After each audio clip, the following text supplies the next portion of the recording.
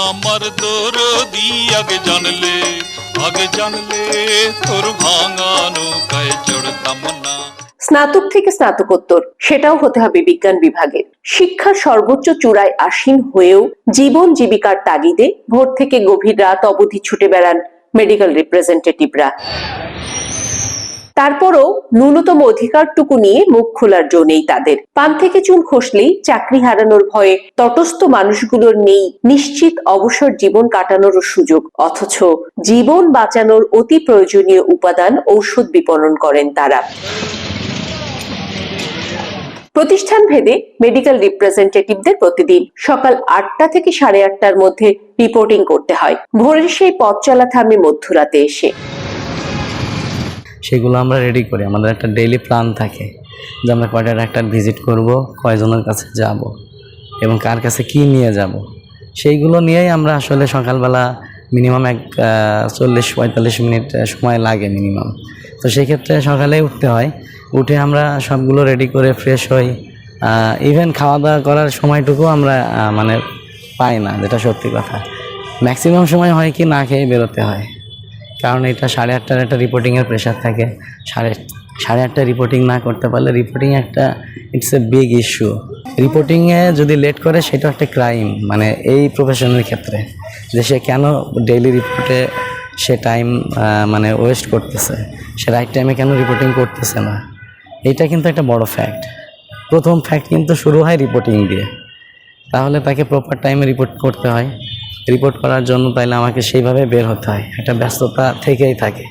সকালবেলা এমন হয় যে আমি যাদের বাচ্চা আছে, পরিবার তো সবারই কম বেশি বাচ্চা কাচ্চা থাকে, ছেলে মেয়ে থাকে। আসলে যাদের ছোট বাচ্চা কাচ্চা আছে তাদের জন্য আসলে ওই সময়টা খুবই পেইনফুল হয়। শীত, রোদ, বৃষ্টি ছাপিয়ে শহর ছাড়িয়ে ইউনিয়ন, গ্রাম, এমনকি অজপাড়া গায়ের ফার্মেসি পর্যন্ত পৌঁছতে দুপুরের খাওয়ার সময়টুকুও গড়িয়ে যায় সন্ধ্যায়। কখনো বা জোটে না সেটুকুও। কলা রুটিতে পার করতে হয় দিন। দুপুরে তো বেসিক্যালি প্রত্যেকটা কোম্পানিরই 2টা পর্যন্ত কাজ হচ্ছে ম্যান্ডেটরি। এখানে 2টা পর্যন্ত থাকা লাগবে, বাট 2টার পরে সে বাসায় যেতে পারে, বেসিক্যালি এটাই হয়। বাট 2টার ভিতরেতে কাজ সম্ভব না শেষ করা, কারণ এটা একটা সেলস প্রফেশন। এখানে অনেক ব্যস্ততা থাকে, অনেক কাজ থাকে যেটা আউট অফ রুটিন, ডেইলি ওয়ার্কের বাইরেও অনেক কাজ থাকে। সেই যাওয়াটাও কি প্রতিদিন যেতে পারছেন দুপুরে? না, সেটাও হয় না, কারণ অনেক সময় বাইরে যেতে হয়। আপনি শহরে সবসময় কাজ করতে পারবেন না, কারণ আপনার কিছু পেরিফেরি মার্কেট আছে, কিছু সাইডের মার্কেট আছে। এই মার্কেটগুলোতে আপনাকে যেতে হয়, সেই দিন দুপুরে হয়তো বা ফেরা হয় না, বাইরেই লাঞ্চ করা লাগে, বা লাঞ্চ করতে করতে 4টা-5টা বেজে যায়। অ্যাকচুয়ালি আসলে এটা কোনো ওইভাবে রুটিন, একটা মানুষের যে দৈনন্দিন জীবনের সে একটা টাইমলি খাবার খায়, টাইমলি ঘুমায়, বা সে পরিবারের সাথে সময় কাটাতে পারে, সেটা কিন্তু এখানে সম্ভব না। সপ্তাহের অন্তত 6 দিনই বাসায় ফিরতে বেঁচে যায় ন্যূনতম রাত 12টা থেকে 12:30। বাসায় ফেরার পর 5 থেকে 6 ঘন্টাও সময় মেলে না বিশ্রামের জন্য। কোম্পানির যে রুলস আছে, রাতে 11টার আগে কেউ বাসায় ফিরতে পারবে না, 11টার পরে ফিরতে পারবে। তবে এই যে প্রফেশন, 11টার ভিতরে ফেরাটা সম্ভব না, আলটিমেটলি 12টাই বেজে যায়। আর যারা শহরে কাজ করতেছে, বিভিন্ন মেডিকেল বেস কাজ করতেছে, ভালো ভালো প্রতিষ্ঠান নিয়ে কাজ করতেছে, তাদের ক্ষেত্রটা আসলে রাত 12টাই বেজে যায়। আবার পার্সোনাল লাইফটা আসলে আমি যেটা দেখতেছি, আমি নিজের বাস্তব অভিজ্ঞতা থেকে সেটা আমি কাউকে দেখতেছি না যে সে পার্সোনাল লাইফটা এনজয় করতেছে। এই প্রফেশনে যারাই আছে তারা পার্সোনাল লাইফটা এনজয় করার কোনো সুযোগ তারা পাচ্ছে না। এই ক্ষেত্রে খুবই একটা প্যাথেটিক একটা বিষয় যে এমনভাবে এই সেলস প্রফেশনটা সাজানো যে পার্সোনাল লাইফ আপনাকে এনজয় করতে দিবে না। এ কাজ করতে যে বছরে মাত্র 10 দিনও ছুটি ভোগ করতে পারেন না তারা। এমনকি চাকরি বাঁচাতে টার্গেট পূরণ করার লক্ষ্যে মহান মে সহ জাতীয় দিবসগুলোতেও মাঠে থাকতে হয় মেডিকেল রিপ্রেজেন্টেটিভদের। এই প্রফেশনটা সরকারি দিবসের সাথে ওই ধরনের কোনো ইন্টারেকশন নাই, রিলেটেড নাই। কারণ এখানে সরকারি তো অনেক দিবস আছে, অনেক ডেট আছে যেগুলোতে ছুটি থাকে সরকারি, বাট এখানে ওই ধরনের কোনো স্কোপ নাই। এখানে মে দিবস থেকে শুরু করে যে কোনো ইম্পর্টেন্ট ডেগুলোতে কোনো ছুটি নেই। ম্যাক্সিমাম কোম্পানি আছে তারা মাসে কোনো ছুটিই পায় না। এটা আসলে একটা মানুষের জন্য একটা জব প্রফেশনে থেকে যদি সে উইকলি তো দূরের কথা, মান্থলি যদি 2-3 দিন ছুটি না পায়, তাহলে সে কিভাবে তার পার্সোনাল লাইফ লিডস করবে? এটা যে কত কষ্টের। ঈদের ছুটি, পূজার ছুটি, এইগুলা ঈদের ছুটিগুলো পাই, ঈদের ছুটি 3 থেকে 4 দিন, সর্বোচ্চ 4 দিন। এখন আমরা কি বলতে পারি যে সারা বছরে আপনি 365 দিনের ভেতরে 2 ঈদ বা অন্যান্য ছুটি মিলিয়ে আপনি সর্বোচ্চ 5 থেকে 6 দিন বা 7 দিন এর বেশি ছুটি হ্যাঁ, পাচ্ছেন? 2 ঈদ মিলে 8 দিন সর্বোচ্চ ছুটি এখন বর্তমানে আর কি। এটা কোম্পানি, প্রত্যেকটা কোম্পানি 3 থেকে 4 দিন ছুটি দেয় ঈদের জন্য। অসুস্থতা কিংবা পারিবারিক সমস্যার মতো বিষয়গুলোর যেন কোনো মূল্যই নেই কর্তৃপক্ষের কাছে। বিভিন্ন ধরনের অকেশন থাকে, বিভিন্ন বিপদ আপদ থাকে, যেগুলোতে আসলে একটা মানুষের উপস্থিতি খুবই জরুরি। বাট এই জায়গাতে আমরা খুবই মানে অবহেলিত। কেন? কারণ আমার একটা কাজিনের বিয়ে, আমি একটা একটা বিয়ের কথাই বলি, সেই বিয়েটা এমন একটা ডেটে তারা তো তাদের মতো ডেট নির্ধারণ করবে, বাট আমরা ওই ডেট অনুযায়ী যেতে পারছি না। এখন আমি আমার পরিবার, আমার রিলেটিভস বা আমার আদার্স যে কমিউনিটি আছে, আমার কাছের যে আত্মীয় স্বজনগুলো আছে, টোটালি আমি তাদের থেকে ডিটাচ। আমরা কারোর সাথেই কমিউনিকেট করে তাদের সাথে দেখা করতে পারছি না, তাদেরকে আমরা মিস করতেছি। আমি কোনো সোশ্যাল অ্যাক্টিভিটিতেও অ্যাটেন্ড করতে পারছি না। এটা কিন্তু খুবই একটা মানে খারাপ লাগে, কঠিন একটা রূঢ় বাস্তবতা, এটাই সত্যতা। হাতে গোনা কয়েকটি ছাড়া বেশিরভাগ প্রতিষ্ঠানের কর্মীরাই অভিযোগ করেছেন নোটিশ ছাড়াই তাদেরকে চাকরিচ্যুত করা হয়, ফলে চাকরি টিকিয়ে রাখার দায়ে কর্পোরেট দুনিয়ায় মুখ খোলার সাহসটি পর্যন্ত হারিয়ে ফেলেছেন তারা। এটা এমন একটা মানে প্রফেশন যেখানে কোনো লেবার ল নেই এখানে।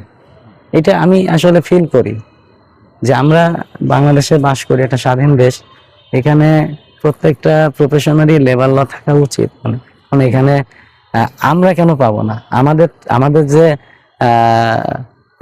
যে ইয়েটা আছে, আমরা যে জবটা করি সেলস এন্ড মার্কেটিং, বিশেষ করে আমরা যারা এমপিও আছি, এই প্রফেশনটাই কেন লেবার ল নেই?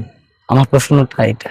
এখানে যারা আছে ম্যাক্সিমাম সময় বিজ্ঞান বিভাগ থেকেই পড়াশোনা, কিছু কিছু কোম্পানি আছে যারা বিজ্ঞান বিভাগ বাদেও নেয়, বাট মিনিমাম তারা অনার্স লাইফ পাস করে এখানে আসছে। মিনিমাম সবাই গ্রাজুয়েশন কমপ্লিট করে এখানে আসে, আর ম্যাক্সিমামই কিন্তু ওই মাস্টার্স পাস করে আসে। কর্পোরেট দুনিয়ায় প্রতিযোগিতায় টিকে থাকতে কাগজ কলমের বাইরেও অনেক কিছু করতে হয় তাদের। চিকিৎসকদের চেম্বারে কিংবা বাড়িতে পৌঁছে দিতে হয় হরেক রকমের গিফট, সাবান, স্নো, ক্রোকারিজ, টিভি, ফ্রিজ থেকে শুরু করে কোনো ক্ষেত্রে কাঁচা বাজারও চিকিৎসকদের বাড়িতে পৌঁছে দিতে হয়।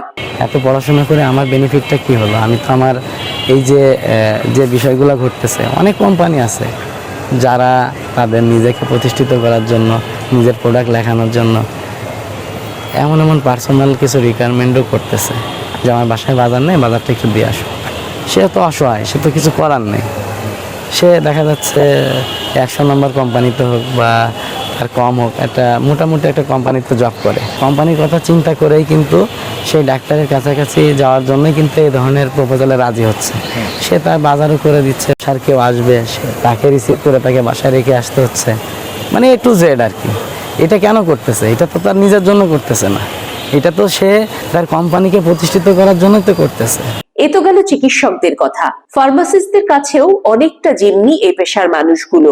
ঔষধ বিক্রির ওপর যেখানে বেতন নির্ধারিত, সেখানে চাকরি টিকিয়ে রাখতে ফার্মাসিস্টদের দিতে হয় আন্ডার রেটেড ঔষধ, নইলে আটকা পড়ে বেতন, মেলে না টিয়ে দিয়ে। আমরা আমাদের কোম্পানি বা আমাদের কোম্পানি পারপাজে আমরা এই কিছু কাজ করতেছি যেগুলো আমাদের প্রমাণ করে যে আমরা আসলে কর্পোরেট দুনিয়ায় গিনিপিগ, আমরা বন্দী, আমরা কৃতদাস, যেটা সত্যি কথা। এটা হওয়া তো উচিত না।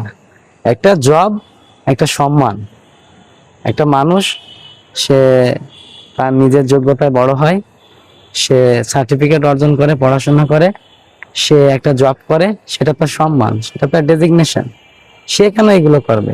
অতিরিক্ত শ্রম, অনিয়ন্ত্রিত জীবনযাপন এবং স্বজন পরিবার বিচ্ছিন্নতার কারণে মানুষের হৃদরোগ, স্ট্রোক, উচ্চ রক্তচাপ, উদ্বেগ, হতাশা সহ নানাবিধ রোগ দেখা দিতে পারে বলেছেন চিকিৎসকেরা। আমাদের মানসিক যে স্ট্রেস পড়তেছে, আমাদের স্ট্রেস কিছু হরমোন আছে, আমরা যে শুধু চিন্তা করছি এটা না, স্ট্রেস হরমোনগুলোর অতিরিক্ত সিক্রেশন হওয়ার কারণে দেখা যাচ্ছে আমাদের ব্লাড প্রেশার বেড়ে যাচ্ছে।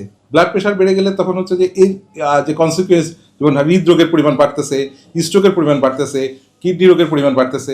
ইভেন আমাদের কিছু স্টাডি দেখা গেছে যে ডায়াবেটিসের সাথেও সরাসরি এই যে আমরা যে অতিরিক্ত পরিশ্রম আমাদের বিশ্রামহীনতা, যে আমরা কম করতেছি, এই সব কিছুই একটার সাথে একটা জড়িত।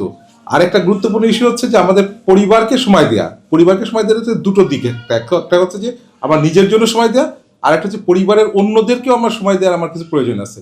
আমাকে যে একটা কাজ থেকে অন্য কাজে শিফট করা উচিত ছিল, যে আমার মানসিক যে প্রসাদ সেটা হয় না। তখন হয় কি যে আমাদের ভিতরে এই যে আবার বললাম যে হতাশা তৈরি হয় এবং পরিবারের ভিতরে একটা দূরত্ব তৈরি হয় এবং পরিবারের অন্যরা, যেমন আমাদের পরিবারে যদি চিন্তা করি যে আমার সন্তানরা, আমার পরিবারের অন্যরা আমার কাছ থেকে যেগুলো শিখতে পারতো সেগুলো আমরা শিখতে পারতেছি না, কিংবা আমি তাদের কাছ থেকে যে তাদের যে সমস্যাগুলো জানতে পারছি না, তারাও কিন্তু এই আমার মতোই আবার সমস্যায় পড়ছে। কাজে এখানে শুধু একটা দিক না, আমাদের যেমন হচ্ছে যে আমরা হতাশাগ্রস্ত হয়ে পড়তেছি, আমরা আমাদের কর্মক্ষমতা কমে যাচ্ছে, আমরা দেখা যাচ্ছে যে আমরা হয়তো একদিনে আমরা হয়তো 18 ঘন্টা কাজ করতেছি, কিন্তু ইন দ্য লং রান আমরা যখন 5 বছর কাজ করতে পারতাম সেখানে আমরা 3 বছর কাজ করতে পারতেছি। সবকিছু মিলে কিন্তু আমাদের আসলে কার্যক্ষমতা কমে যাচ্ছে। অভিযোগ পেলে সে অনুযায়ী ব্যবস্থা নেওয়া হবে বলে জানিয়েছেন সংশ্লিষ্ট কর্মকর্তা। আলটিমেটলি তো আমাদের কথার কথা, আমরা একটা ওয়ার্ক প্লেসে তো পরিদর্শনে যাইতে হবে, কিন্তু এরা তো ফ্লোটিং, এরা তো নির্দিষ্ট কোনো ওয়ার্ক প্লেসে বসে না। আমি এখনো কোনো অভিযোগ পাইনি, তবে অভিযোগ পাইলে কাজ করা যাবে। শ্রম আইন বাস্তবায়নে সরকারের এতগুলো শক্তিশালী উইং থাকলেও মেডিকেল রিপ্রেজেন্টেটিভদের এমন মানবেতর জীবনযাপন অনাকাঙ্ক্ষিত, যাকে নিষ্ঠুরতা বলেছেন সচেতন মহল। তাদের যে কাজের ধরন, এই ধরনটা আমাদের দেশে যে সাধারণ যে শ্রম আইন আছে এর সাথে সাংঘর্ষিক। এটা যদি আমরা শ্রম আইনের কথা বলি তাহলে পরে তারা এই সুবিধা, শ্রম আইনে যে সুযোগ সুবিধাগুলো পাওয়া উচিত একজন শ্রমিকের, একজন চাকরিজীবীর, তারা কখনোই এই সুযোগ সুবিধাটা তারা পায় না। এবং এ ব্যাপারে সরকারও তাদের দিকে কোনো খেয়াল দেয় না। যে সমস্ত সংস্থাগুলি আছে, এইসব সংস্থাগুলি স্বাস্থ্য অধিদপ্তর বা শ্রম অধিদপ্তর, তারাও কখনো এদেরকে ওইভাবে তারা দেখে না, বা তাদের এই অধিকারগুলো কেন দেয়া হচ্ছে না, এই সমস্ত ফার্মাসিউটিক্যালরা দিচ্ছে না, এই ব্যাপারে তারাও পদক্ষেপ গ্রহণ করে না। আমার মনে হয় যে এটা মানবতার তারা জীবনযাপন করে এবং তারা শুধুমাত্র চাকরিটা রক্ষার্থেই তারা এই কাজটা করতে বাধ্য হয়। বাংলাদেশ ওষুধ শিল্প সমিতির তথ্য অনুযায়ী দেশে 269টি ছোট বড় ঔষধ উৎপাদনকারী প্রতিষ্ঠান রয়েছে, যেখানে বিপণন বিভাগে অন্তত 20 লাখ মানুষ কর্মরত আছেন। সুবর্ণভূমি ডেস্ক, যশোর।